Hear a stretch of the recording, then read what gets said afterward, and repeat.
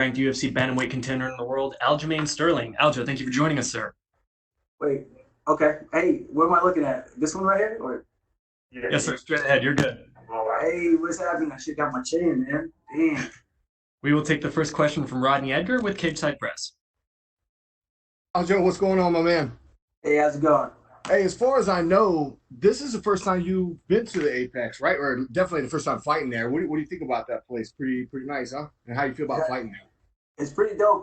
We got to get a little bit of a tour. We didn't do the whole thing 2 days ago, but we got to see the part that counts the most, which is the octagon. And I'm excited about it, man. There's a lot of history that's going to be in that building, and to be a part of it is going to be a great thing, especially in a time like this where there's so much going on in the world. I think to give the fans kind of somewhat of an escape from reality for a little bit and give us some hope that life can get back to normal. Uh, it's gonna be a great part and an honor for me to be a part of that. I haven't asked anyone else, but I mean, since the UFC is the UFC PI open back up for you guys? I assume it is. So you're able to train over there and cut weight and all that. Yeah, I'm actually doing my weight cut at the hotel though for tonight, the final few pounds. There's no reason to use the facility right now for the main part being that we're still stagnant with like the training cycle. So I typically like to train for longer than an hour, keep the sweat going, and push out as much weight as I can in one session so that I can minimize the amount of workouts I need to do. I cut a lot of weight to get down to 135. You could say I walk around 165, sometimes 170, if I'm eating really, really good. So to get my weight acclimated, I need to make sure I have the sufficient enough time to do it the right way and to feel good and not feel depleted coming into fight night. Tell me, tell me more about this blue padded room I keep seeing you train in because it looks like an old school like underground fight club like when I first started training. What are you guys up to in there, man? That's the Dog Pound Training Crew. That's the Ayaquinta penthouse suite is what I call it. It's over in Long Island, New York. Two-car garage. He converted it. That's kind of what we had at his old house that I used to live with him in, and now he just moved. He's living on the water now, moving on up in the world. And thankfully for him and the squad, man, they came through for me in a very tough time for me to get some adequate training partners, high-level training partners at that. So that's pretty much where the training went down. We called it the Dog Pound team, because it's a small confined space, but you know, we're all dogs, dog eat dog, but these dogs are pushing each other. We're not tearing each other down, we're pushing each other to the next level. All right. Last question for me is on a more serious note. The last week or so, I mean, we don't need to get into the details. Obviously, we know what I'm talking about. I haven't been able to eat, sleep. My anxiety's off the charts. I can't imagine how you feel. I don't have to get into a cage fight. And on top of that, you're a young black man from New York. So can you just kind of tell me how you've been able to cope through a stressful time like a training camp with all this craziness? I mean, if I'm being 100% honest, it's not easy at all. Losing some sleep, I have to. Good thing I got my sponsors. They make this sleeping supplement, Sleepy Bear Company, and that's helped out a ton to kind of alleviate my mind and kind of just put my mind at ease because you can find yourself when you're in your room by yourself, just sitting down, and you just start thinking about all these things, and your mind starts racing. So it's been tough during the day. Training takes my mind off of it, eating takes my mind off of it, and any type of conversation I can have with my teammates that are with me. If we're not talking, then the thoughts come back, and at night they wake me up. So good thing I did bring those to help out. I took some last night and put me out for a while, but then these are strong emotions, strong thoughts. So they creep back in there. And at the end of the day, I got a big fight at the end of this week, so I got to really dial it in. Like I said, when I'm training, I'm focused. But outside of that, so right now I'm still pretty focused on the fight. I don't think there's anything being taken away from that. It's just there's just a lot going on in the world. This is just a small part of this. This fight it matters, but at the same time, it doesn't matter in the grand scheme of things in terms of life. So this is just something to do for entertainment for the fans and for myself to provide it. But other than that, man, there's so much more at stake with everything going on in this world today. Wow. I appreciate your candor, Aljo. Thank you so much, man.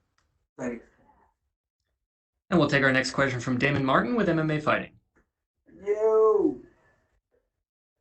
It feels like every time we've talked during the pandemic, there's a different scenario for your fight and the title. And I haven't had a chance to talk to you since everything kind of changed. What is going into this fight with Cory? of people, myself included, thought maybe this would be the title fight. Didn't go that way. Now we know it's going to be Aldo and Jan. Can you kind of give me your thoughts on the lay of the land now that we know how it's kind of played out? I think this is really the title fight, just 3 rounds. Cory's got a better resume, let's be honest, than Peter Yan does. He beat Rafael Sunsao, who's been a mainstay in the top 5 of, I think, the last 4 or 5 years. I think that says a lot, to go out there and to dispatch him the way he did. The only people to do that has been Sandhagen and Marlon Moraes. So he beat John Lineker. Another tough dude, tough fight, close fight, split decision. Peter Yan, his latest victory that catapulted him into the top 5 was over Uriah Faber. Not saying Uriah Faber isn't tough, but let's be honest here. He's not the Uriah Faber of old, but he's the Uriah Faber of, he's not the same. He's just not the same. So a win over him doesn't do that for you, I just hope that the rankings and everything gets back to normal, and the UFC can get back to what made them great and what makes us better than boxing, the best guys fighting the best guys. And now that we have a little bit of clarity with Sayuda out of the mix, hopefully this is the last clown fight with Jan and Jose Aldo, and we can start putting guys who are winning back into these title slot positions and not just granting title shots because we felt like they might have won the fight. All that matters are the 3 judges that are sitting case ringside, and everybody else's opinion doesn't matter. It doesn't matter if Dana thought they won. It doesn't matter if my cousin thought I won. It's what those guys think, those guys and girls think. So at the end of the day, Jose Aldo has a loss in this division. He's fighting for a world title in this division, which makes no sense. And Aljo, obviously, your last fight was such a statement performance from you, but then unfortunately, you had to deal with the wrist and then the time off, the pandemic. You couldn't plan for this, but this is a huge fight. This is a big fight for this division. Do you feel like you need to go out there and make another statement, kind of like you did against Pedro Munoz, to secure your spot as the true #1 contender in this division? Even though, again, probably should be for the title, but do you feel like this is a chance to once again cement your position in the division? Yeah, 100%. I got to go out there and follow up that performance. This fight is interesting because the way I feel about it, I need to inflict a lot of pain, and I know we're both going to go through it. We're both going to touch each other's hearts and see who's going to be the first one to back down and quit. And we both want something. And at the end of the day, unfortunately for both of us, in order to achieve our dreams, we have to crush each other's. And I plan on being the guy to go out there and do that on June 6th. Have you been impressed by what you've seen out of Cory Sandhagen? His body of work has kind of slipped under the radar considering he does have wins over guys like a Sunsao and Lineker. Have you been impressed by what you've seen out of him? Yeah, 100%. I think he's a tough dude. He's proven himself worthy very, very quickly to take out Sunsao the way he did, pretty decisively. Won a lot of those scramble positions where Sunsao shines on the ground. Lineker, he went toe-to-toe with him, pretty much stood in front of him the whole time, and ate some of his biggest shots. And although he got really, really hurt at the end of that 3rd round, he showed some grit, he showed some toughness. And, the other fights, some of them were a little weird. The Mario Batista fight, short notice fight, and the Yuri Alcantara fight, he got steamrolled in the first minute and then came back from a dislocated arm. So, yeah, he's a tough dude. He showed a lot of wrinkles to his game and some stuff about his character and his mental. So that's what I'm excited about. I want to see who's a tougher, more mentally strong guy out there, and I think that's going to be me. I've been through way too much, man. This is going to be my 14th fight in the UFC. This is going to be his 6th. I just think I got the experience on my side. I might be too much too soon for him. And last question, Aljo, kind of playing up on the question earlier from Rodney, with the atmosphere we're living in right now, I know you've been a guy who's never been afraid to speak your mind on any number of subjects, and I saw your interview yesterday with Aaron Bronstetter, really good stuff there. Do you feel like it's important for people in your position to take to this platform and be able to speak about the atmosphere we're living in with the protests, and we can't ignore what we're seeing all around us? And obviously the UFC this weekend is a phenomenal distraction, kind of gets us back into a normal sense of normalcy, but we can't ignore what's going on in the world right now. Yeah, I agree 100%. It's a little bit of a shame when I see some fans saying, can you do me a favor and not ask questions to the fighters or the athletes about political stuff because we don't care about their opinions. We don't want to hear that. This is not that platform. If we want to hear that, we would turn to CNN or Fox or ABC, whatever the case may be. I do think it's very, very important. It's something significant that we should take upon ourselves to use the platform to inspire, motivate, and to just to preach being a good person, man. I think that's really what it comes down to. You don't got to get into I'm a leftist or rightist. I'm a Democratic or Republican. You don't have to get into that nitty gritty type of details with everything. But at the same time, I think to show that you do have a stance is very, very important, and to preach the good word of just being a good human being, just being a humanitarian, man.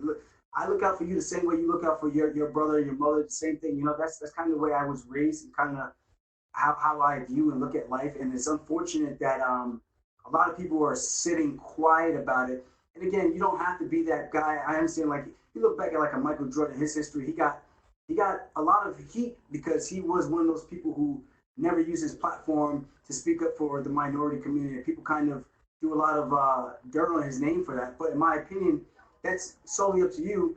He had a huge platform. Would it have been beneficial if he had done that? Yes, 100%. Just because of his reach and his influence, I think that could have made very, very pivotal waves. Maybe things don't change. Maybe things do change. We would never know because we never had the opportunity where he actually did that. But where I sit, man, I grew up in a neighborhood like that. I've had negative experiences with cops. I've had positive experiences with cops. I got friends that are cops today. I'm an FDNY hopeful. So I understand the camaraderie between cops where they always look out for one another. I do think there's just a lot of things that need to be said. It's like an onion. There's so many layers that need to be peeled back in order to rightfully get to the core of this. And it stems back from 400 or 500 years ago with slavery, just from time and time again, man. It's been passed down. And this is a great country. I love this country. Unfortunately, I was born and raised here with my Jamaican roots intact, and it has a lot to offer. There are some things that can always be better. You go to other countries, and there's a lot of things that we would not be fortunate and blessed with to have. But in this position where we are today, things could definitely use a lot of room for improvement. And I think we have to just peel back the layers and have a conversation. And they're tough conversations that not a lot of people are going to be empathetic and understand one another's. And that's the situation that we're having. There's a lot of friction because we are unable to pull ourselves back and look at the bigger picture and see each other's point of view from a different perspective, different lens, wearing their shoes for a day and see what it's like to be a black man. You would never know what that's like unless you are in this body. So I think it's a little unfair when people always try to downplay what certain people are preaching. And not every protester is right. Not every cop is bad. The same thing. Not every cop is bad, but some people are going out there, and there's a lot of things that are going on behind the scenes that need to be addressed, like the whole thing with like the bricks being staged or quote unquote staged. I don't know. I had no idea, but things just miraculously just popping up, and it's kind of like lighting the fuse or leaving the bait and hoping that someone takes the trap and really starts to go off and cause chaos in this country, and it's dividing us. So I hope we can figure out the reforms, educate, and really retrain our police officers, getting people to understand that just because I grew up a different way and my lifestyle is different doesn't mean that you need to be afraid of me. I think at the end of the day, man, we all put our shoes on the same way, tie our laces, put our pants on, brush our teeth, and it's we all bleed the same. We all got that same beating muscle in our left chest, and I just think we're all the same, man. I think people need to realize that all these stuff, that how we tear each other down. And again, there's a lot to be said about the black community as well. Minority community, I think systematically we are oppressed, but at the same time, I think we need to take a little bit more responsibility for our actions. Meaning, so if we get pulled over by a cop, not going crazy and creating a scene when we feel like we're wrongfully pulled over. This is something I deal with all the time. I still get pulled over, and if a cop doesn't know who I am, when they do find out who I am, my interaction is 100% a lot more politer and a lot nicer compared to when they just think I'm just some random black dude that they're pulling over. So I do still conduct my way. Yes, sir. No, sir. Hands on the steering wheel. Hey, may I go into my glove compartment to grab you my registration? May I go into my back pocket, sir, ma'am, to pull out my wallet? Yeah, we maybe might not feel like we have to do that because you feel like, oh, we're violating our rights because you wrongfully pulled me over. But I think if we take a little bit of responsibility for how we respond, we can diffuse the situation before it gets to that edge and that negative level, that point of no return where someone is taking another man's life because they have a badge on and they feel powerful enough that they can just sit on another man's neck or put him in a chokehold for X amount of minutes and take someone's life, So that's where I said, man, I had this tough conversation. I have a family of 20 siblings, so I was just on the phone this morning with my sisters, letting them know, like, yo, we gotta figure out ways to do better. We weren't raised like this. People look at me all the time. They say, how the hell did you come out of that family and get to where you are? And I thank God that I made some right decisions, and my life could have went left real quick, and I could have been another statistic. So I'm just fortunate for where I am. I'm blessed that the UFC gave me this opportunity to use this platform and to fight, make a living, and to provide for myself, and really try to shape the future of my family and my future kids. And I think that's all you can do. You be the one that changes the revolving door going forward. Don't just sit on the carousel going around and around. You got to do something different to break the cycle. Thank you, Aljo. I really appreciate it. Thank you. Thank you, Aljamain. That is all the time we have for you, sir. You are good to go. Perfect.